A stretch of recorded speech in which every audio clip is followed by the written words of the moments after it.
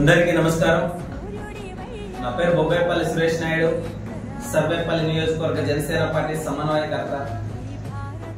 ఇటీవల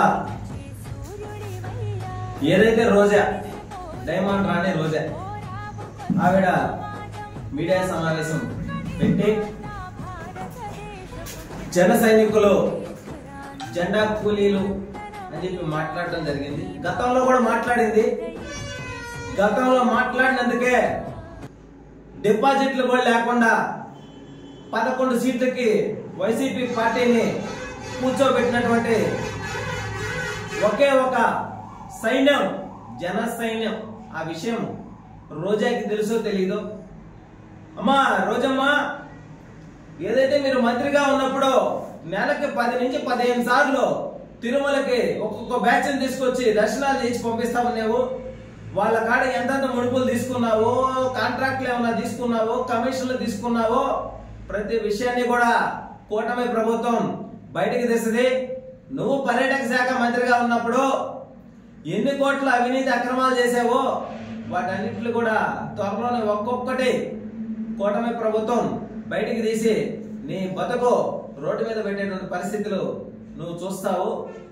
రెండవది వచ్చి, ఏ రాజకీయ పార్టీలైనా సరే పార్టీ అభిమానులు ఉంటారు, అభిమానంతో పనిచేసే వాళ్ళు ఉంటారు, జెండాలు పట్టుకొని ఆ స్థానికంగా ఉండే నాయకుల మీద అభిమానంతో జెండాలు పట్టుకొని గ్రామాలలో తిరిగే వాళ్ళు ఉంటారు.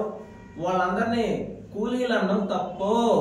జనసేన పార్టీలో నిస్వార్థంగా పనిచేసేది వీర మహిళలు, జన సైనికులు, జనసేన నాయకులు. ఈ విషయం గుర్తుపెట్టుకోవాలా. నువ్వు మాట్లాడినటువంటి ఆనాడు అసెంబ్లీ గేటు కూడా తాకనేమో పవన్ కళ్యాణ్ గారిని అని చెప్పి మాట్లాడావు.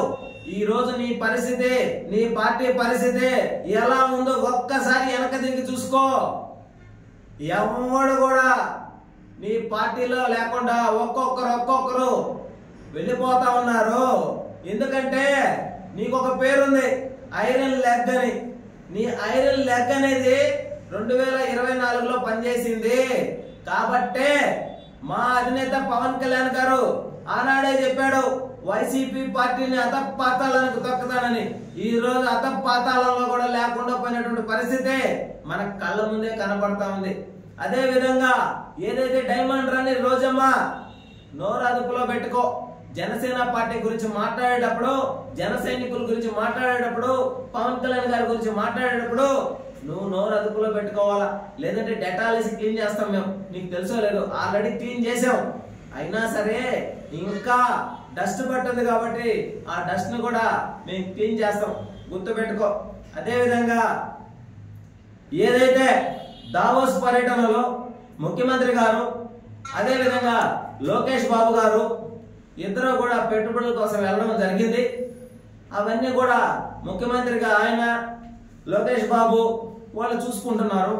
పవన్ కళ్యాణ్ గారు కూడా వెళ్ళలేదే అని మాట్లాడతావే.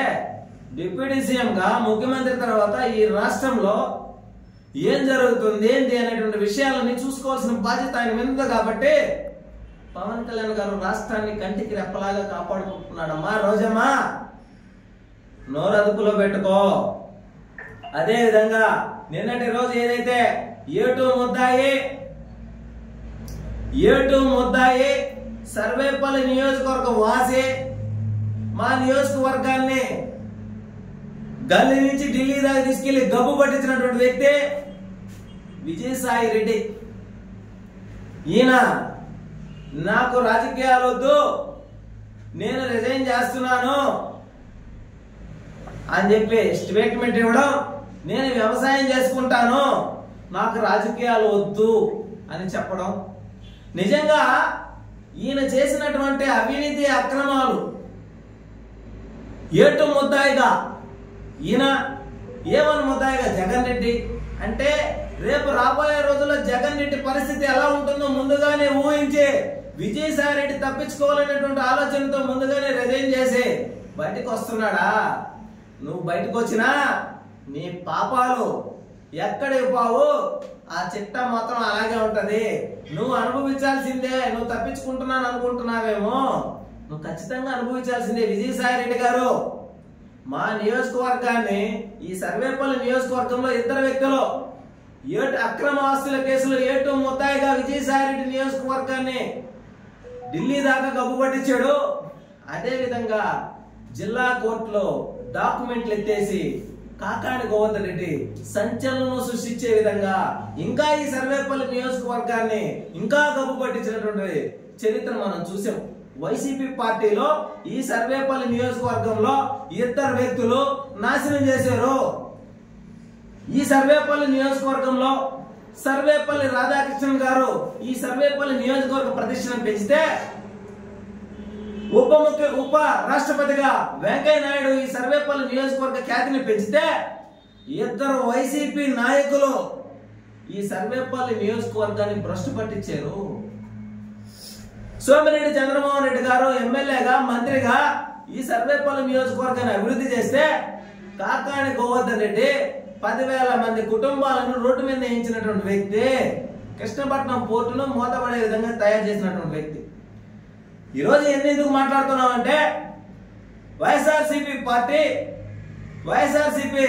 ప్రస్తుత నెల్లూరు జిల్లా అధ్యక్షుడు కాకాని గోవర్ధన్ రెడ్డి కూడా ఎటు పోవాలో అర్థం కాక కూటమి ప్రభుత్వం పైన అప్పుడప్పుడు బురద చల్లతా, మీడియా సమావేశాలు పెడతా, రేపు నా పరిస్థితి ఏందనేటువంటి ఆలోచన చేస్తున్నాడు. త్వరలోనే ఆయన కూడా ఖాళీ చేసేటువంటి పరిస్థితులు మనకు కనపడుతున్నాయి. చివరికి మిగిలేది జగన్ రెడ్డి. ఆ జగన్ రెడ్డి కూడా ఎక్కడ ఉంటాడు అంటే శ్రీకృష్ణ జన్మస్థలంలో ఉంటాడు. వైసీపీ నాయకులారా, కార్యకర్తలారా, మీరు 5 సంవత్సరాల పాటు మీ పొంగులు, మీ యొక్క హడావిడి, మీరు అనేక మంది అమాయకులు నేడు కూటమి ప్రభుత్వంకి భయపడి రిజైన్ చేస్తున్నటువంటి విజయసాయిరెడ్డి ఒళ్ళు బలిసి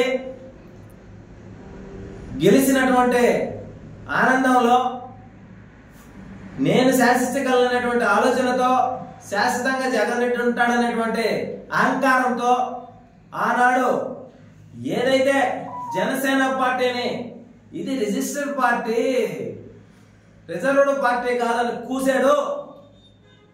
ఆ కోతకే ఇటీవల 3 రోజుల క్రితం కేంద్ర ఎన్నికల సంఘం 100% స్వతంత్రం వచ్చి 77 సంవత్సరాల భారతదేశంలో 100% గెలుపొందినటువంటి party Janasena party, reserved party. కాబట్టి ఈ పార్టీకి గాజు గ్లాస్ ని శాశ్వతమైన గుర్తుగా కేటాయిస్తున్నాము అని చెప్పినటువంటి ప్రకటన కూడా వచ్చింది. విజయసాయిరెడ్డి, నీకు కళ్ళు కనపడకపోతే ఆనాడు అహంకారంతో ఉన్నావు, ఈనాడు కూటమి ప్రభుత్వం నీ అహంకారాన్ని దించింది. కాబట్టి ఇప్పుడు కళ్ళు తెరిచి చూడు, ఇది రిజర్వ్డ్ పార్టీయా, రిజిస్టర్డ్ పార్టీ అనేది. చరిత్ర సృష్టించిన వ్యక్తే పవన్ కళ్యాణ్, చరిత్ర సృష్టించబోయేటువంటి పార్టీ జనసేన పార్టీ. ఇది రాష్ట్రానికి పరిమితం కాదు, దేశానికి కూడా జనసేన పార్టీ అంటే ఏంటి, పవన్ కళ్యాణ్ అంటే ఏంటి అనేటువంటి విషయాన్ని ఇటీవల జరిగినటువంటి కొన్ని రాష్ట్రాల్లో జరిగిన ఎన్నికలలో పవన్ కళ్యాణ్ గారి ప్రచారంలో కూడా చూసుంటారు. ఏదైతే జగన్ రెడ్డికి కనీసం తెలుగు మాట్లాడడం రాదు, ఇంగ్లీష్ మాట్లాడడం రాదు, రాష్ట్రాన్ని పరిపాలించడం తెలియదు, అటువంటి పార్టీలో ఉన్నటువంటి విజయసాయిరెడ్డి నువ్వు ఏటో మొత్తాయి కాబట్టి నువ్వు ఏమైనా మాట్లాడేవు ఆ రోజు. ఈ రోజు నీకు మాటలు లేవు, ఈ విషయం గుర్తుపెట్టుకో.